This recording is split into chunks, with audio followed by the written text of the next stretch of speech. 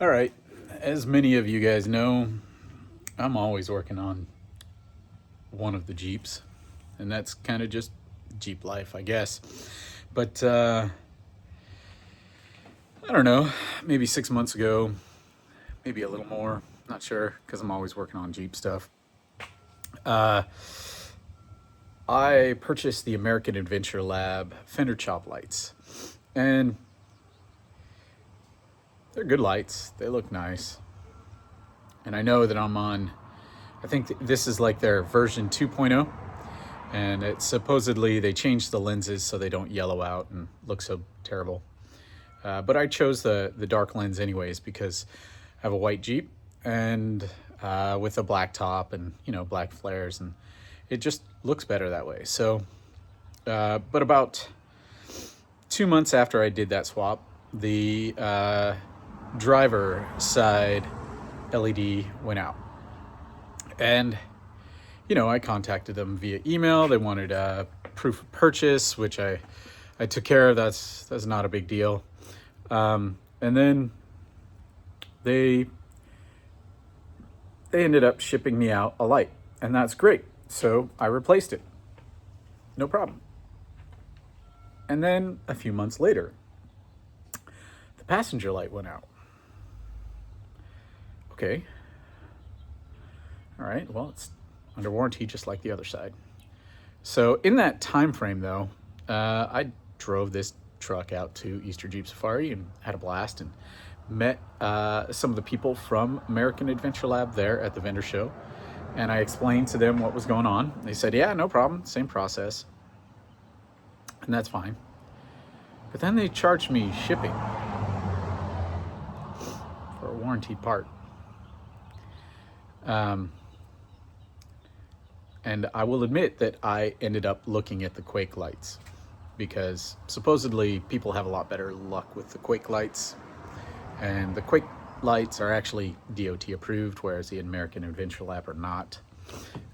So today, let's flip this camera around. So today, I got my American Adventure Lab sticker, of course. Important information.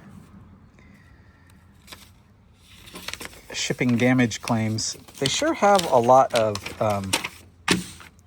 like CYA stuff. And then we have our light. This is not fun to do one-handed. Well, it's wrapped pretty well. That's a good thing. I've already done this job once before. They got cellophane wrapping it up, but this is the assembly.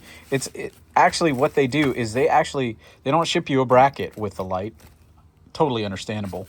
But they ship you the light itself, just with the harness.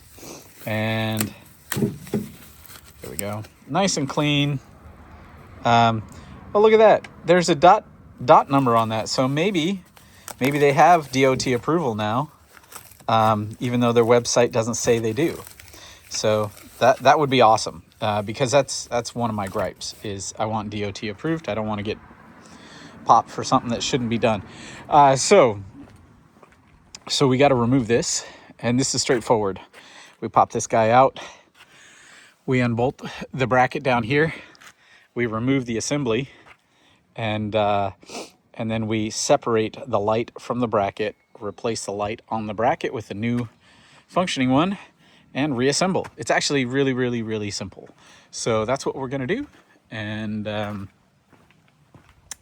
yeah, let's get this part ready. All right, I've got it cut open so that you can see the assembly. And if you get this at the right light, you can actually see the individual LEDs here. And that's one of the main differences between this and the Quake, is that the Quake,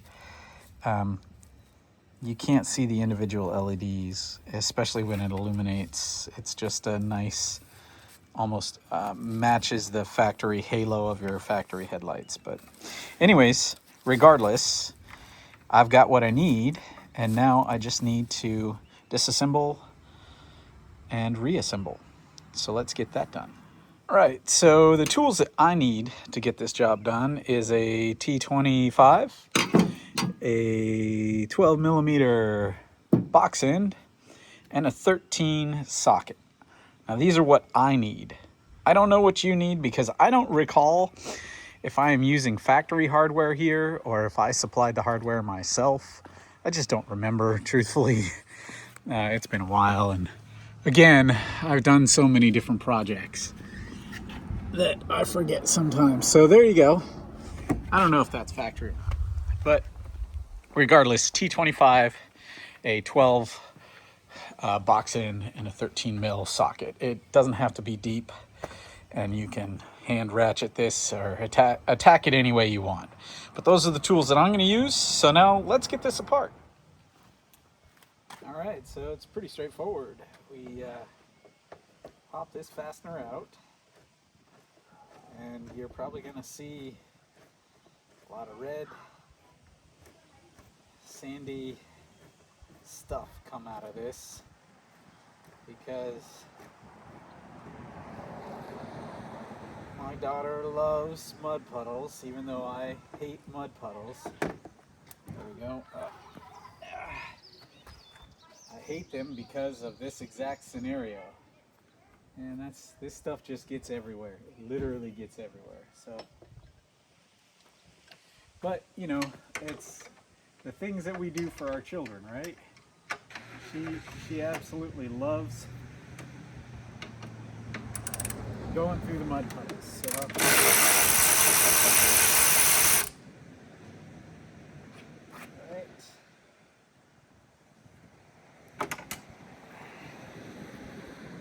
all right.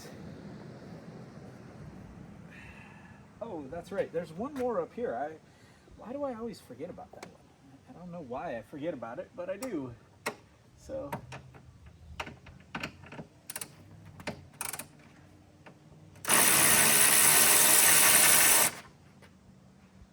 there we go.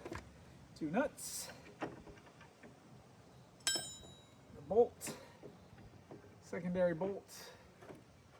There we go. And you can see we're out, right? We're out. Now, whoop, it dropped. That's because I'm trying to just leave all my hardware here. So you can see my electrical connector goes, look at that. Wow, that's pretty caked on there. You can see my electrical connector goes up into under the hood. So we're gonna pop this.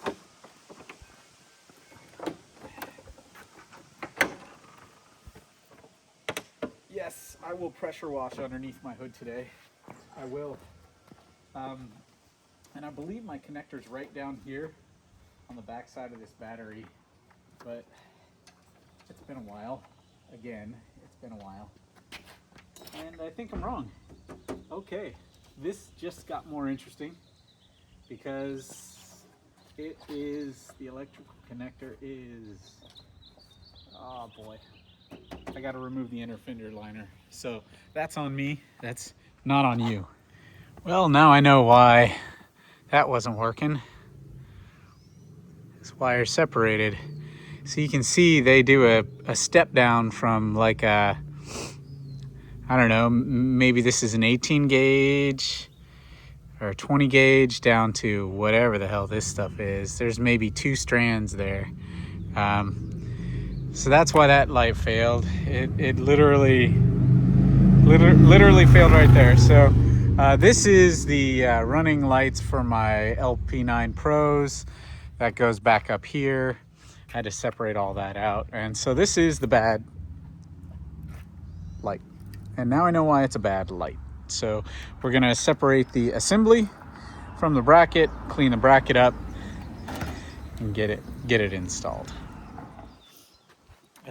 Just as a recommendation, this is a 2.5 hex, so I would definitely get in a little scrub brush or something in there to get in there to try and get these out. These it's unfortunate that they used hex here because it's really hard to get these out.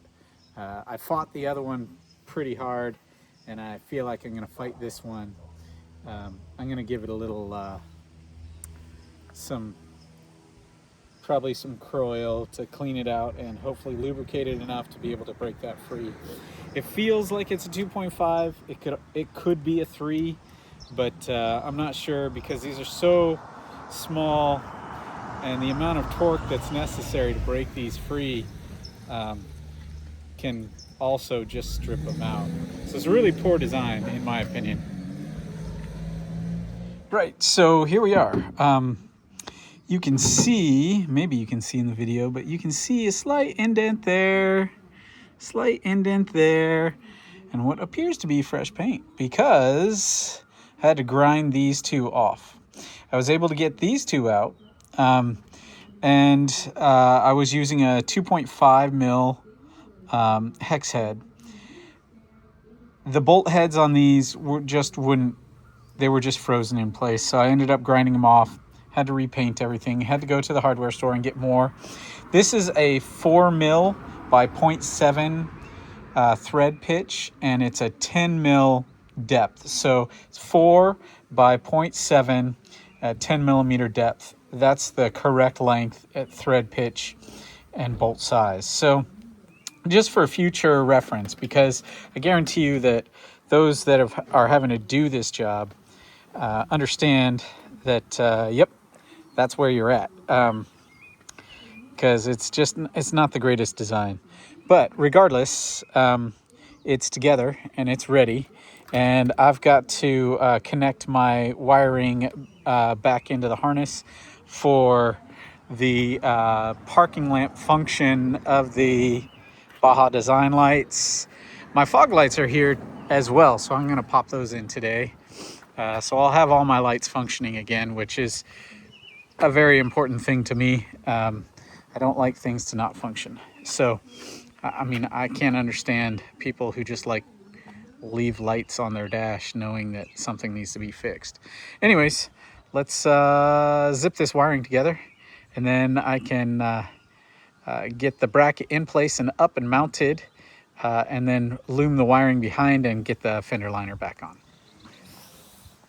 Right, so we have our electrical connection made, and the wires are approximately where I want them.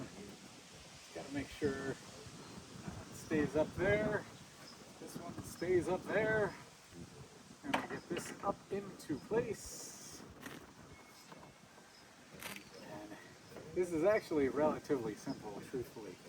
I like to put this one on here because this kind of gives me my reference point. As long as I can get it where I need to get it right here, that we can then make the other ones pop in nice and easy. So this is in, and now it can just kind of flop there, right? Then we gotta get these two on here. Again, these are pretty simple because this is a really simple design.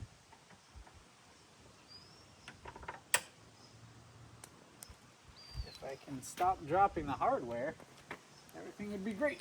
There we go. And this is the only one that's kind of fussy, and it's just because it's a blind corner. We're just kind of working by feel here.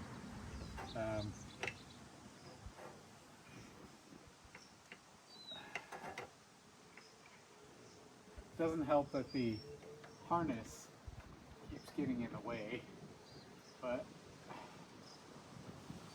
trust me, you can get this.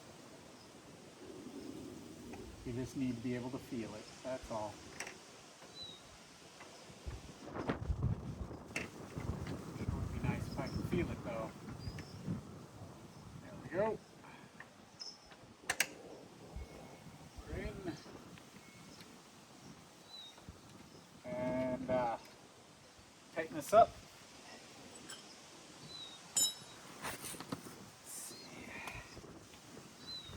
again, 13 mil and 12, which leads me to think that it's actually not like 13 mil. It might be ½ inch and 7/16 here. I'm not sure. Maybe. Who knows? But it's working.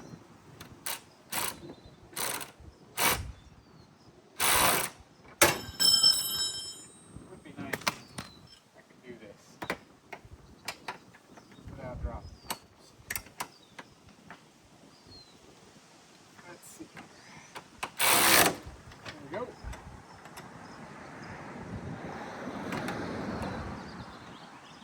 There we go. This is on and connected. Now I just need to deal with the fender liner. Let me zip that up. And then we get to test the lights and make sure everything works. All right, so we're gonna do a test run and see if parking lights come on. This lights up fine, so we're gonna test it out here. Let's see what it looks like.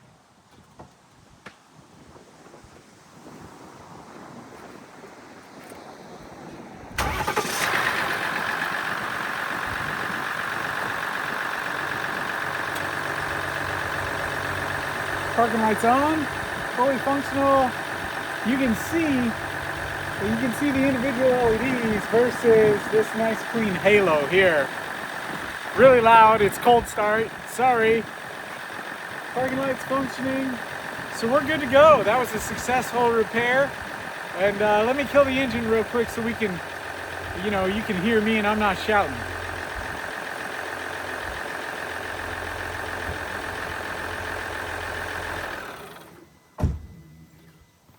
So it's pretty much that easy. Mine was a little more complicated because I had a little more junk going on there, but all I got to do is run this bolt in now and everything else is good and tight. And this is T25, don't forget that. But yay, my lights all function. I'm stoked. That was a replacement for an American Adventure Lab Fender Chop DRL LED light, whatever you want to call that thing. Yeah, that's it. So I'm pretty happy with how it ended. Fitment is about the same, this is straightforward replacement. So again, if your LED lights start to malfunction, you may be able to bet on the wiring separating just because they don't really seem to have a really good crimp there.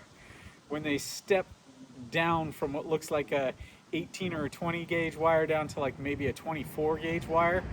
And you can see it in the harness I showed you earlier in the video. But the warranty process is simple. They're really nice people. And the product is pretty good. I don't like the design of how they run that M4 down in to the body of the light unit. That could be improved upon, but for the price point, everything's good. Right on. Don't forget, you guys, get out, get dirty, and have fun. Seriously, speaking of dirty, I think I need to wash this.